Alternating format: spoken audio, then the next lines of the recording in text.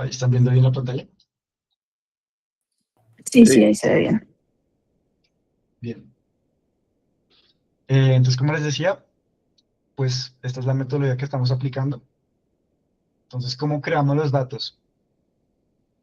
Escogimos 15 topologías, 11 de la literatura y 4 redes de transporte reales. Una fue la de Nueva York, otra la de Tokio, otra y las otras dos como de otras ciudades de Estados Unidos, que no recuerdo, que son bastante famosas. Entonces, para cada una de las topologías vamos a crear distintos tamaños. Pues esto pues no ocurre en las redes de transporte reales, pero en las sintéticas sí. Y creamos la estructura y adicionalmente, fíjense que este for y este for están anidados. Eso lo que quiere decir es que vamos a utilizar la misma estructura de la red, pero vamos a crear distintos patrones. ¿Y por qué me interesa eso? Yo quiero que mi red aprenda que a pesar de que yo tenga el mismo grafo, si cambio los pesos o cambio las fuentes y las terminales, eh, puede generar valores distintos. Entonces, en este caso, fíjense que los caminos, la ruta mínima entre esta fuente y esta terminal es esta de aquí, mientras que en este otro, a pesar de que tienen los mismos pesos y la misma estructura del grafo, la fuente y la terminal hacen que cambie la ruta mínima. Entonces, por ende, aquí sería más importante este enlace que estos dos. Bien, entonces yo quiero que mi red aprenda eso y por eso le pasamos también este tipo de patrones. Lo mismo pasa con los pesos W. Entonces, si mantenemos todo lo demás constante, pero cambiamos los pesos también van a hacer que cambie las rutas críticas. Yo también quiero que mi modelo aprenda este tipo de distribuciones. Bien. Listo. Entonces, detección de enlaces críticos. Este es el algoritmo que ya les presenté, que es, vamos a calcular cada uno de los valores de los enlaces para todas las redes que estamos generando. Generamos más de 4000, entonces hay que hacer eso para cada una de esas redes. Y vamos a usar tres, tres índices de accesibilidad. El primero sería la eficiencia global, que está basada en la distancia mínima entre las fuentes y las terminales, que es el que ya les mostré. El otro es el número de caminos independientes, que es bien interesante porque mira las formas distintas en las que yo puedo llegar de una fuente a una terminal, sin que se sobrelapen los caminos. ¿Bien? Y el Una, otro, ¿sí? una pregunta, estas medidas de accesibilidad veo que están para fuente y terminal, pero para el grafo, ¿no se necesita hacerla para el grafo completo? No, no, porque aquí nos estamos enfocando es justamente en fuentes y terminales, que es distribución de ayuda humanitaria. Pero lo mismo ocurre, o sea, si quitamos fuentes y terminales, lo mismo va a ocurrir, o sea, sería la misma vaina. Simplemente que ya no tengo unos nuevos fuentes y unos nuevos terminales, sino que tengo que hacerlo para todos los pares de nodos. ¿Bien? Ya.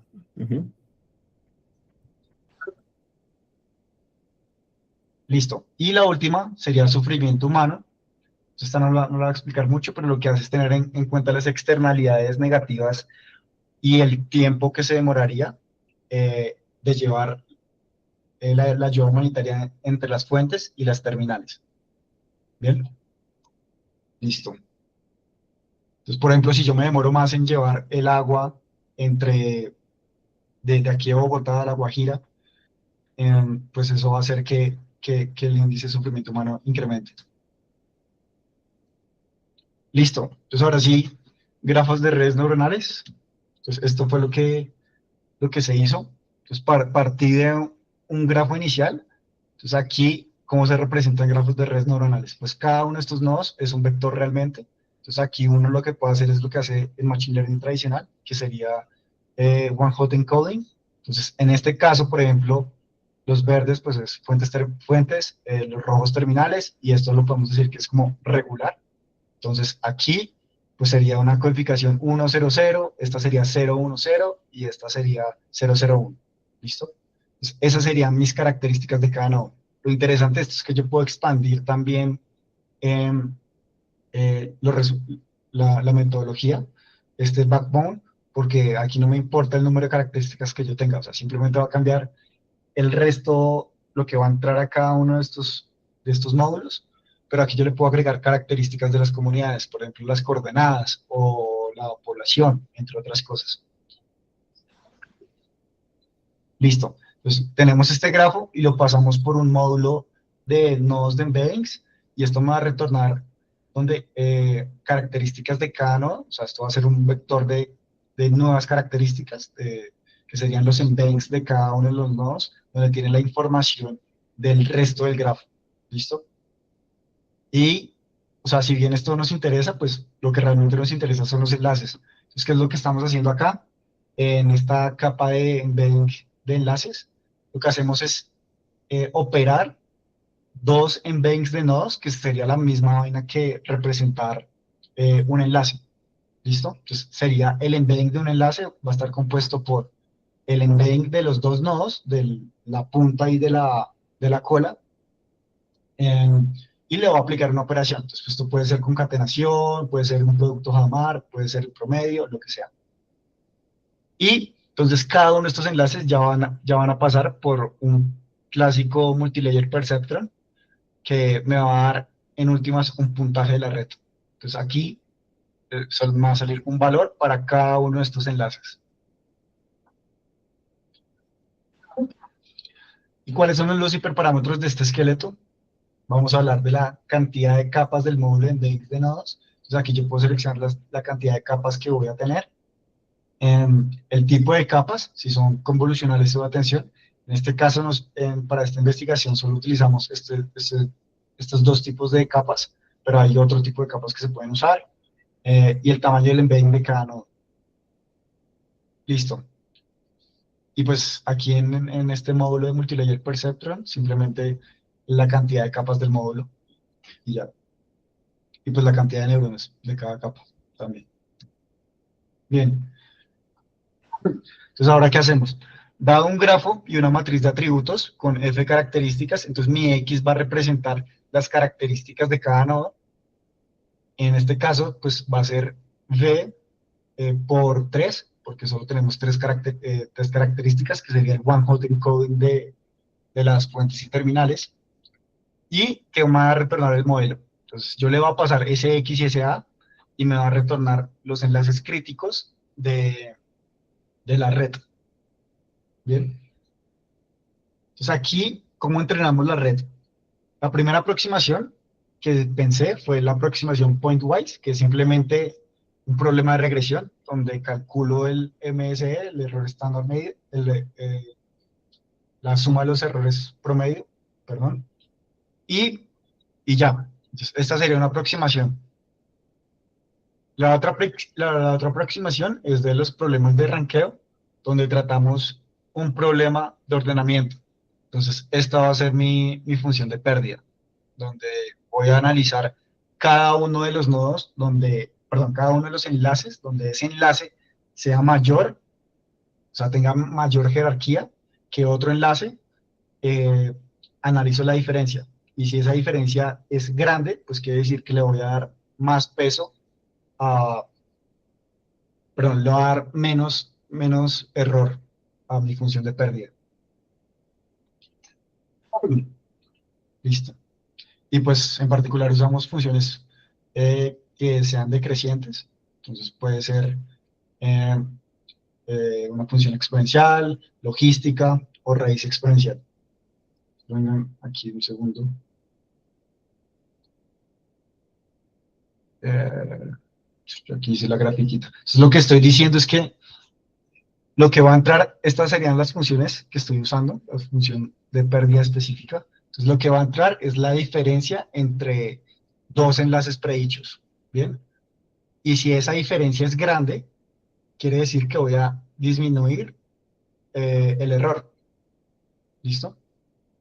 Pero entonces, ¿qué va a entrar aquí? Pues solo van a entrar los que realmente tienen, perdón, los enlaces que realmente son, que tienen una mayor importancia respecto a los otros. Entonces, si yo tengo dos enlaces y el enlace 1 tiene mayor importancia que el enlace 2, entonces voy a analizar la diferencia de los predichos de esos dos enlaces. Si esa diferencia es muy similar o termina siendo contraria, es decir, Si yo digo que el enlace 2 tiene mayor valor predicho que el enlace 1, pues esto va a ser negativo. Entonces, como es negativo, claramente el error va a ser grande. A medida que yo haga que el enlace que realmente es más importante que el otro tengan una mayor diferencia, pues va a tener menor error.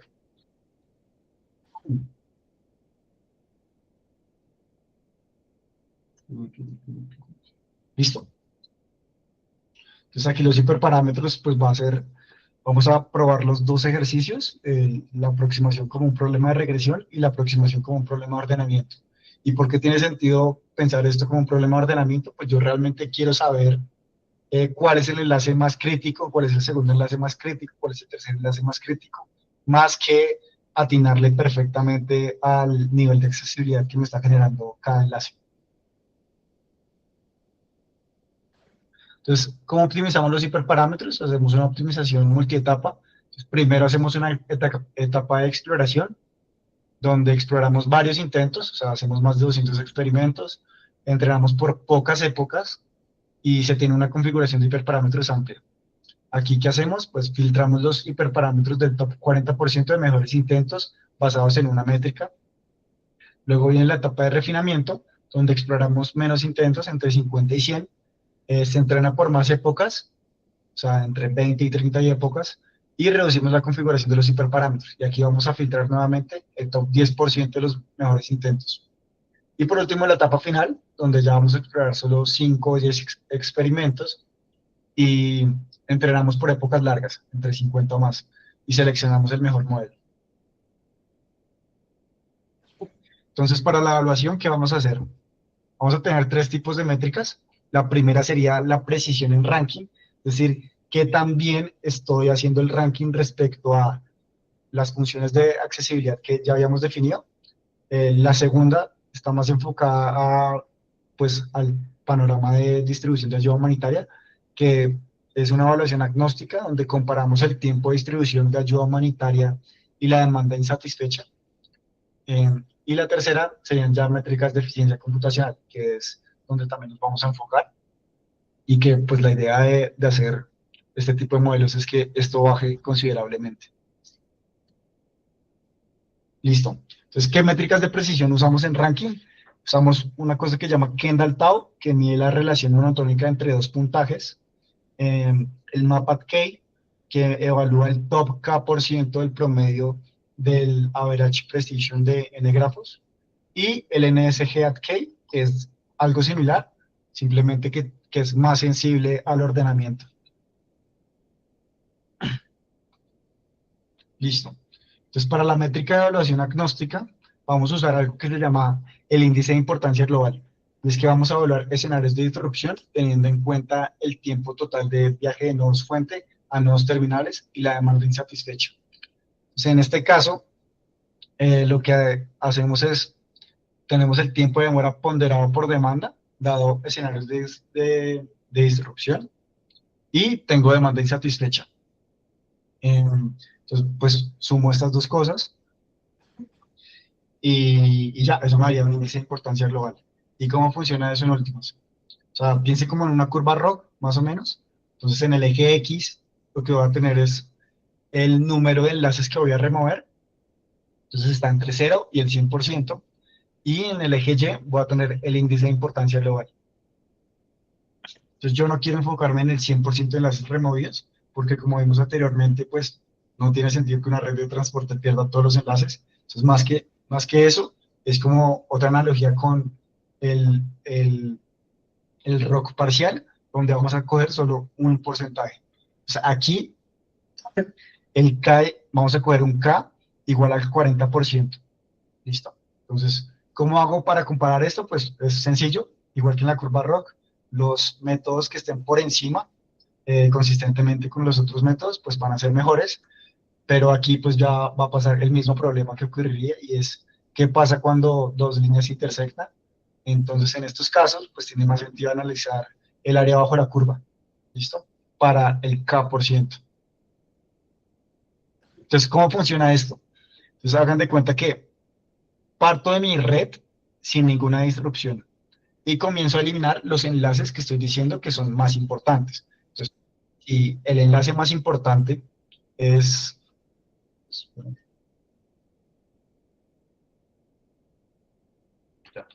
Si el enlace más importante está aquí, pues lo comienzo a remover de acuerdo a un método. Y así los voy removiendo sucesivamente en el orden de importancia que tengo. Entonces, esto pues me va a generar una curva de importancia global. Entonces, tiene todo el sentido del mundo que en este caso lo que estoy diciendo es que para mi K%, o sea, para los 40% de enlaces que voy a remover, el método, bueno, pues aquí no se puede ver también, pero el método que tenga mayor área bajo la curva es el que me está asignando mejor importancia en mis enlaces. Listo. Y por último, métricas de eficiencia computacional. Esto fue lo que hablamos en los objetivos. La idea es ver el tamaño del grafo. Entonces, comparamos computacionalmente con diferentes tamaños del grafo, eh, cantidad de fuentes y terminales y escenarios de disrupción. Para mostrarles los resultados, los mejores modelos cuáles nos dieron. Pues estas son los hiperparámetros. Entonces, por un lado, probamos dos funciones de accesibilidad, una que es la eficiencia global y la otra que es el número de caminos independientes, que es lo que les mencioné. Y en ambas nos dio que deberíamos tratar esto como un problema de ordenamiento en lugar de un problema de, de regresión. Y estamos usando pues la función exponencial que les mostré ahorita. Y también otro hallazgo importante es que nos dio distinta arquitectura en cada una de estas capas H. Entonces, para una función de accesibilidad, la eficiencia global nos dio que usáramos capas de atención, mientras que en caminos independientes nos dio que usáramos mejor capas de convolución en estos de acá. Daniel, Sí. pero ¿cuál es la medida, cuál de estas es la medida de qué tan bueno es el modelo? ¿De estos numeritos cuál es? Aquí estamos usando la función de pérdida, el problema de Sí, ordenamiento. pero el mejor modelo, ¿cuánto da en cada función de pérdida? Pues ya lo vamos a ver, ya lo muestro los Ah, resultados. Listo. Pues esto sería como la configuración, la primera parte donde encontramos los mejores modelos, y también tiene todo el sentido del mundo, que aquí en eficiencia global me dé que la capa de mensajes sea de atención, mientras que la capa de caminos independientes sea convolución.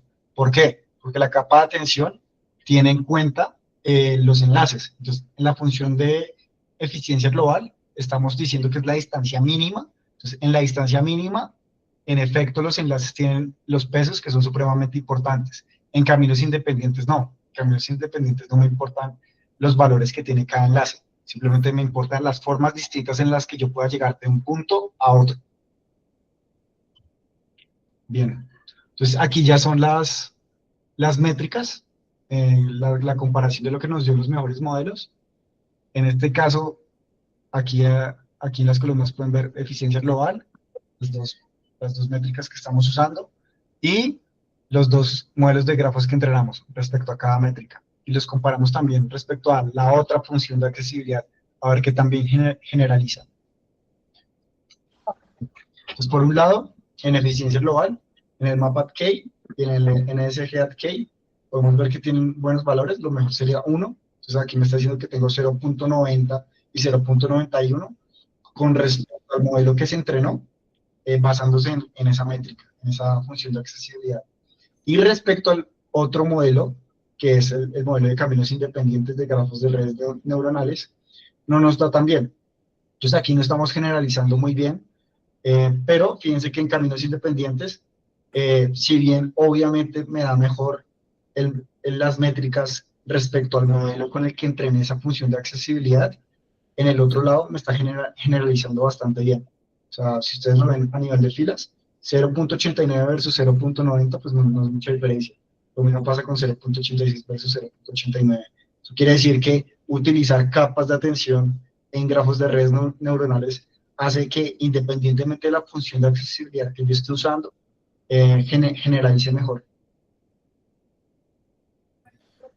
Entonces, eso sería por el lado de comparar los enlaces que me está generando mis modelos contra los valores reales que yo calculé de la forma tradicional.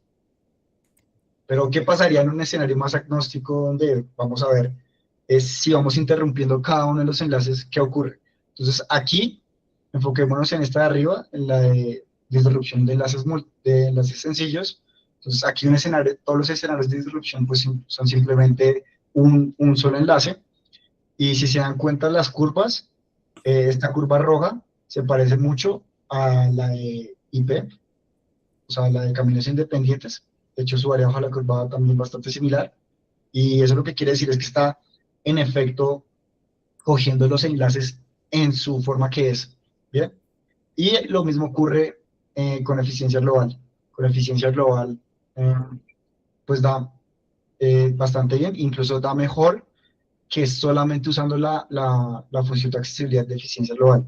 Ahora, aquí ya no tiene mucho sentido. O sea, esto de aquí tiene sentido, que el rojo sea un poquito peor que el método tradicional, pero aquí porque esto me está dando así. Entonces, mi hipótesis es que, pues, no me mi hipótesis no, es que la eficiencia global, cuando tomo solamente enlaces únicos, si se dan cuenta, hicimos el ejemplo anteriormente, quedaban muchos ceros. O sea, tocaba hacer muchas combinaciones para que esta curva mejorara. ¿Bien? ¿Y cuál es el problema de todas estas combinaciones? De que si incrementamos el número de escenarios de disrupción, lo estamos incrementando muy poquito, o sea, 1000, 5000, 10000, pero nosotros vimos en el ejemplo que les puse de la Universidad de los Andes que realmente son millones de escenarios de disrupción lo que yo tengo que tener en cuenta. Eso también, ¿qué me está diciendo? Que en general la función de accesibilidad de caminos independientes me da un mejor índice de importancia global, es decir, los enlaces más críticos que detecto a partir de esta función de accesibilidad son mejores que los que puedo detectar a partir de eficiencia global. ¿Sí? Listo. Entonces, esos serían los resultados respecto a qué también está generalizando el modelo con una evaluación agnóstica. Y ya por último... Daniel, una pregunta. Devolvete, no sé, esto no estoy muy seguro si entendí ahí, pero a la otra, a la de resultados. Pues, digamos, no hay un benchmark, digamos, un modelo trivial para calcular esto mismo que sea muy eficiente, pero pues que no sea una red neuronal, sino calcula uno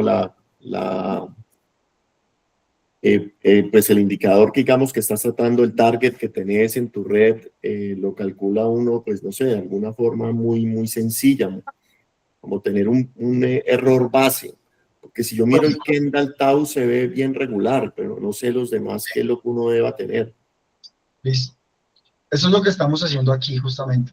Es que calculamos la eficiencia global para una cantidad de grafos y calculamos y utilizamos el modelo para calcular para calcular perdón, no, espera, otra vez. Usamos la eficiencia global para calcular los puntajes críticos de cada enlace para unos grafos que no ha visto el modelo. Entonces, todo esto está en testing. Son grafos que no ha visto el modelo. ¿Sí? Y hago lo mismo para el grafo de red neuronal, pero ya entrenado. Y lo que me está diciendo es que el ordenamiento aquí, con estas métricas 0.90 y 0.91, quiere decir que es bastante bueno, que se está aproximando bastante bien a lo que haría de la forma tradicional, es decir, a mi baseline. Y el Kendall Tau da mal, eso tiene sentido de que dé mal, ¿por qué? ¿Qué es el Kendall Tau en últimas? Mide la relación monotónica entre todos los enlaces. Entonces, me da 0.3 y no me da valores más altos porque simplemente hay muchos, o sea, hay un conjunto de enlaces muy grandes que no son tan importantes en la red. Entonces, ese ordenamiento, pues, es Ya. totalmente aleatorio, ¿sí? O sea, pues aleatorio no, pero el ordenamiento en ese porcentaje, pues, no tiene sentido.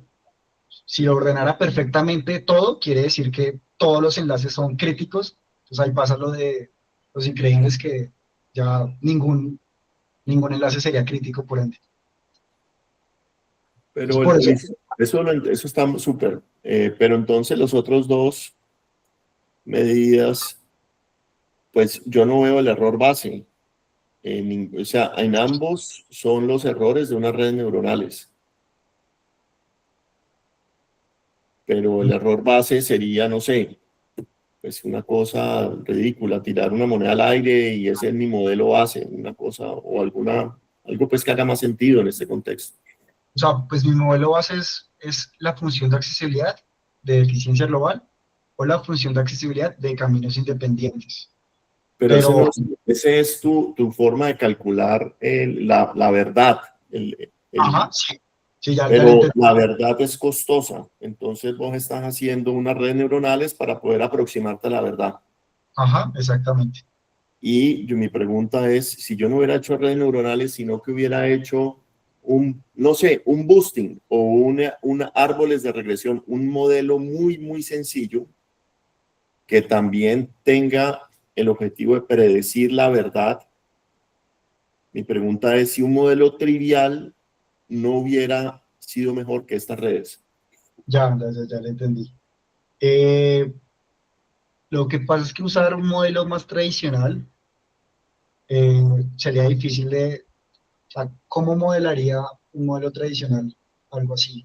O sea, ¿cómo haría las interacciones entre de un grafo específicamente? Seguro debe haber. Pero bueno, no importa, listo, no, pero ya entendí, listo. Y otra pregunta, ¿Sí? estas dos métricas, digamos, yo alguna vez se me olvida el nombre, pero alguna vez hice un ejercicio que es, yo tengo un ordenamiento que sería, pues en este caso, la medida esta de accesibilidad, un ordenamiento de todos los sources pues, de las parejas, pues. Entonces yo puedo ordenar todas las posibilidades en el grafo de acuerdo a ese índice y después Ujú. con la red neuronal yo hago una predicción de cuál sería esa accesibilidad predicha y la comparación que yo hago entre las dos es cuántos digamos, edges tengo que yo cambiar para que el ordenamiento de una lista sea idéntico al ordenamiento de la otra lista. Sí, O de otra forma, mi red neuronal, ¿cuántos ordenamientos dañó? ¿Alguna de estas métricas mide eso? el NSGK lo que hace también es medir o sea, digamos que usted tiene un ranking real, o sea, el ranking ideal es este, ¿sí? Pues compara el ranking que da la red neuronal respecto al ranking ideal y castiga muchísimo por las posiciones. Entonces, si yo detecté que el enlace más crítico realmente estaba en mi red neuronal, lo estoy calculando en el enlace 20, lo castigo de esa forma. O sea, no debe haber tanta diferencia entre las posiciones. Ese sería mi NSG aquí. Bien, súper. Sí, Gracias.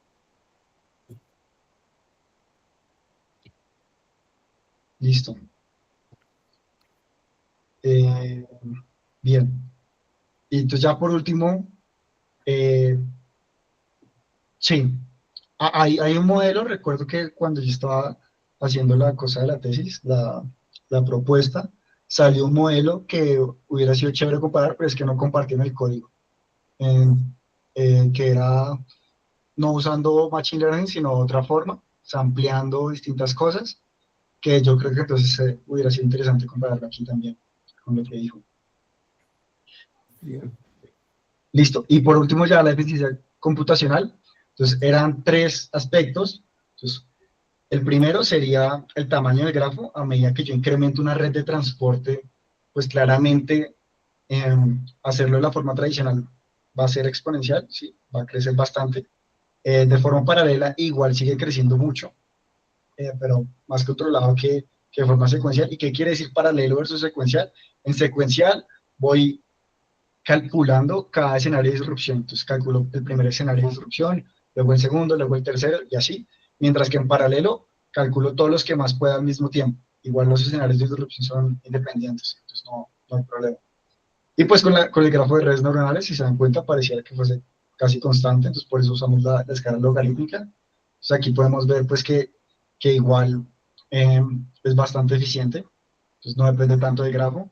Eso también tiene sentido porque pues en último se están multiplicando las matrices. Ah, bueno, y las comparaciones, aquí no estoy usando GPU. O sea, es tiempo de inferencia, pero no estoy usando GPU para grafos de redes neuronales. Estoy usando solo la CPU.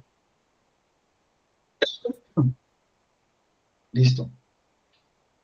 Eh, la cantidad de fuentes y terminales, como dijimos, también dependía del grafo. Entonces, si tengo un mismo grafo, pero voy incrementando las fuentes y las terminales, igualmente voy a incrementar el tiempo, porque tengo que calcular más combinaciones, ¿sí? Yo calculo una fuente y una terminal, luego esa fuente con otra terminal, y así sucesivamente. Entonces, si voy incrementando las fuentes y las terminales, voy incrementando también el tiempo. Y pues aquí esto es independiente, aquí no importaría en grafos de redes neuronales, porque solamente son características. Entonces yo solamente le doy a un nodo 0, 1, 0, 1, 0, 0, 0, 0, 0. Entonces aquí ya no importa. Entonces, por eso aquí, pues si se dan cuenta, esto es O de 1 prácticamente. No depende de la cantidad de fuentes y terminales. Y por último, pues de acuerdo a los escenarios de disrupción, ya vimos de que tenía que generar múltiples escenarios. O sea, a medida que yo vaya incrementando los escenarios, pues voy incrementando el tiempo. Y obviamente, esto ya es obvio, es que los grafos de redes neuronales pues no tienen en cuenta los escenarios de disrupción, sino que se entrenó ya con una metodología tradicional y eso hace que no dependa de los tiempos de incrementar escenarios de disrupción. Listo. Entonces aquí le doy el paso a Melissa para que también Listo. hable acerca de lo que está. Bueno, entonces todo esto que presentó Daniel fue su tesis de maestría. Y yo entré al proyecto porque tuvimos la oportunidad de participar en una convocatoria en el que pues este proyecto básicamente tenía mucho sentido. Y en la convocatoria estas personas utilizaban información de movilidad de diferentes pues, redes reales. Entonces dijimos cómo sería muy chévere poder utilizar toda esta aproximación, pero para redes específicamente cosas o regiones en Colombia. Y por eso estoy aquí presentando. Entonces, lo primero es que encontramos algunas librerías como OpenStreetMap que permiten descargar redes de transporte a partir de una lista de ciudades o municipios. Y podemos tener como una red completa de transporte. Como la que ven a la derecha es la red de Tibú, que es un municipio en la región del Catatumbo. Entonces, la salida de esta red que obtenemos es un grafo, que es un multi-digraph. Entonces, pues es un grafo dirigido, pero también podemos tener múltiples edges entre un par de nodos. Y eso es algo que tuvimos que revisar. Entonces, lo interesante de esta librería es que además de darnos como la latitud y longitud de las intersecciones de las calles, de las carreteras, etcétera, y las conexiones entre ellas, también nos daba una geometría o un shape de esas conexiones. Entonces, podemos construir tal cual como un mapa de una red vial en Colombia o realmente esto funciona para todo el mundo. Entonces, ¿puedes seguir, por favor? Pero ven, eso está impresionante. Uno se mete a esta aplicación, ¿es cuál? ¿OpenStreetMap o alguna otra cosa? Sí, es eso. Y en Python uno solo le pone una lista de municipios y te Pero devuelve hay el grafo. una restricción, pues el número de municipios que uno le ponga o... No. Ya de la capacidad computacional que uno tenga. Para la red de Catatumbo, traerla, ¿cuánto fue la región de Catatumbo? ¿Un tiempo? ¿Como 5 minutos? 5 Tampoco minutos. tanto. Está buenísimo. Sí. Pero entonces, cuando comenzamos a ver estas redes más reales y más cercanas a nosotros, nos dimos cuenta que estas redes pueden tener o pueden inducir o traer grafos muy grandes y muy complejos, y parte de la información que tienen no es necesaria para el objetivo del análisis.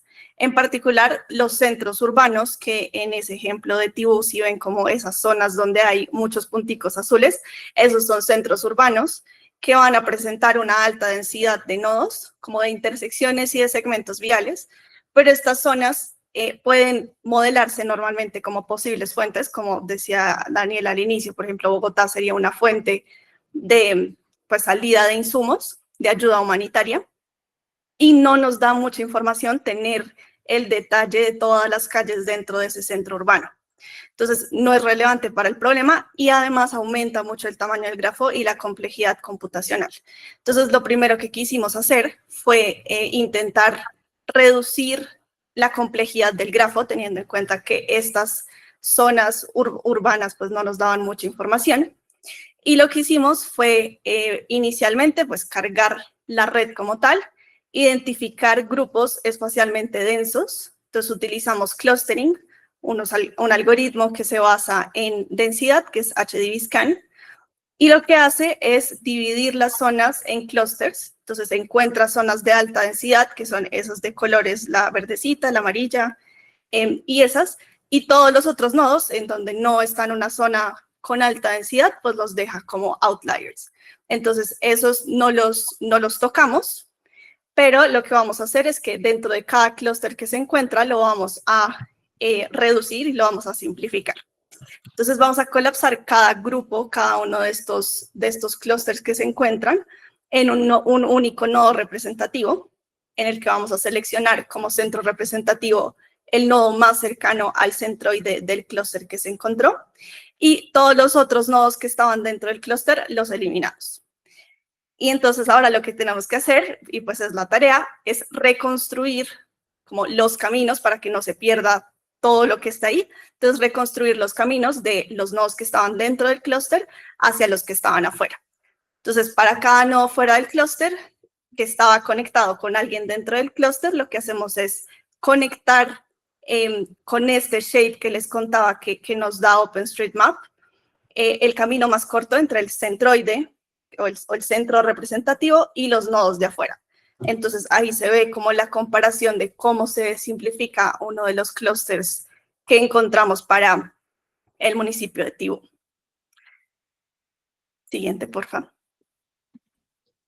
Entonces ahí podemos ver cómo se llega a simplificar esa red de Tibú. Entonces al inicio tenía 2.189 nodos y 5.638 edges. Y después de la simplificación que hicimos, pasamos a 605 nodos y 1.308 edges, sin perder la información que realmente nos importa, que son pues estos centros de distribución, y pues al final los que están más alejados van a ser los nodos destino a los que queremos llevar como insumos.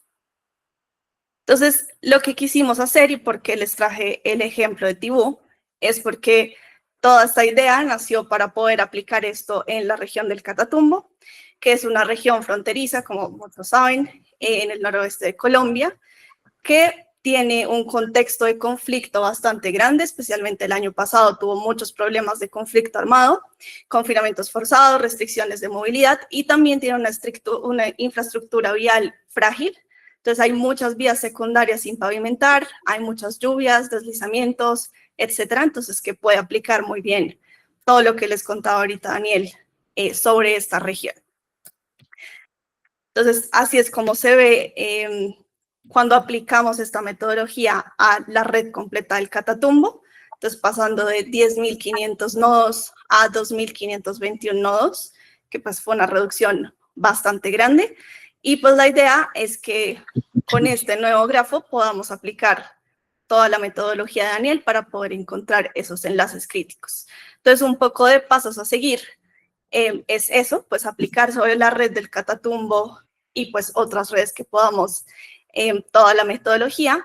Y también queremos usar información de movilidad. Entonces, como les contaba de esta aplicación que hicimos, ellos querían hacer algo con información de movilidad, que es información de cuántas personas se están moviendo y pues hacia dónde se están moviendo. Y lo que pensamos es que con esto podíamos utilizar información o podíamos representar esto como un problema de red de flujo, que iba a explicar, pero creo que no hay mucho tiempo. Pero un recorderis para los que hayan visto problemas de flujo máximo en su vida es que yo tengo un nodo que es fuente y un nodo destino, y cada uno de los ejes va a tener una capacidad. Entonces piensen, por ejemplo, cuando quiero enviar agua de una fuente a un destino y tengo tubos, pero cada tubo tiene una capacidad máxima de cantidad de litros, por ejemplo. Entonces, la pregunta de este tipo de problemas es cuál es el flujo máximo, en ese caso, cuánto es la cantidad máxima de litros que puedo llevar de la fuente al destino. Entonces, lo que dijimos fue, listo, con toda la información de movilidad, vamos a poder asignar un puntaje a las carreteras, a las calles, a las conexiones entre los nodos, que nos va a indicar cuántas personas realmente pueden pasar por esa carretera o esa calle. Entonces, no es lo mismo tener una autopista gigante a tener una, no sé, una carretera destapada, ¿verdad? Entonces, esto nos va a dar como qué tan capaz es una carretera para llevar insumos, por ejemplo. Y la idea es que queremos que creamos una nueva métrica similar a todas las que les contaba ahorita Daniel, para medir cómo afecta el flujo máximo que podemos llevar de las fuentes a los destinos si quitamos, por ejemplo, una de esas carreteras, si hay un derrumbe, por ejemplo. Entonces, la definición matemática es muy parecida a la que Daniel les mostraba de la distancia, cuando aumenta la distancia, cuando quito una arista, pero aquí lo que va a estar aumentando es, realmente está disminuyendo el flujo máximo cuando quito una de esas aristas. No sé si fui muy rápido, pero si tienen preguntas, me cuentan. Pero esa es la idea y también queremos, en pasos a seguir, también poder incluir información de redes viales terciarias para complementar la información de esos grafos.